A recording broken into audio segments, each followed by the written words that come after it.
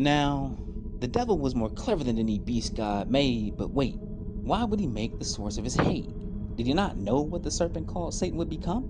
Did he not know what he would say when he fashioned his forked tongue? He's all knowing. He knows the numbers of the hairs in your head, so how did he miss the part where the snake wants you dead?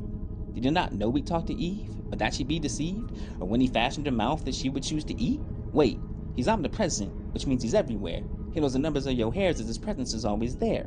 So when Eve spoke with the serpent, the God whose love is perfect was standing right in between them but didn't stop its purpose. Instead, he stood silent, knowing that the fall of man would fill the world with violence, and still said nothing when Eve said, Adam, try it, and only showed up after Adam decides to bite it to curse man. I don't buy it when they tell me it was a test. They didn't even know the difference between good and evil at that point in the text.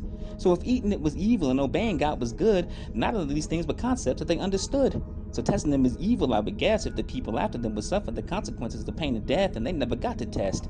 You never got to decide if you would bite an apple and die, but die you will. Like every slave decayed in American landfills, and every Jew gassed by a Nazi because man kills. And fallen man rapes. Every baby born in the womb is planned by God. That include when the mom is 8? Genocides and homicides and suicides, but who am I to question why pedophiles exist at God's direction? But wait, that's a sin. God doesn't have anything to do with them. He's too holy to look upon sin, and he never tempts. Even though he put the tree right within their reach, no one Eve would attempt to eat. Plus he made the devil, every demon that would fall. Then he made the law, bringing forth sin to kill us all. Knowing we'd be tempted by the demons that he made, he even made a hell for the souls that sin enslaved. He even came as Jesus so some souls can be saved, but he said he formed them before the earth was even made? So wait, if he made those who would be conformed before the foundations of the earth were formed, then that means before Adam and Eve were born, he planned for the fall of man. So why are we cursed again? Because this was his plan from the start. He's the one who said he made the world before he made the human heart. So if the heart is desperately wicked and stuck with sin sickness, then aren't we all just playing our parts? Ain't he dealing the cards? Ain't he playing our hands? And you gotta go to hell for asking as an evil trance? Asking all these questions. He's a rebel. She's possessed by the devil. But wait, who made that devil again? Rebellion is a sin. It's like witchcraft, I'm told. I should respect all authority, lay down and fold, because all authority is established by the Father. So I guess he takes credit for dictators of old. So God made Hitler, Idi Amin, Saddam, Mao Zedong, Kim Jong-un, but I'm wrong. Obama, Trump, the Bin Ladens, the Bushes, Pol Pots, and Stalins, God established them all, and no one sees any problem with this. As they bomb kids to a fine mist, he's mysterious, the answer when I asked, define this.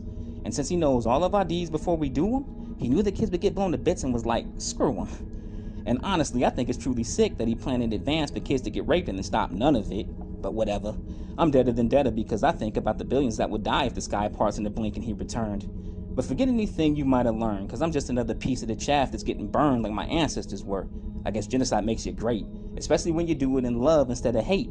Especially when you say it's my fault because I state that the Antichrist is sent by the Christ you're calling great.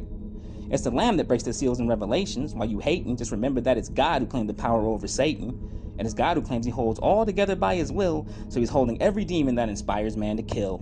Guess he's holding me together while I question with his quill if it's real and not a religion for colonizing fields of oil, grain, and soil with slave labor and toil that the Romans put together with stabs of swords and fear.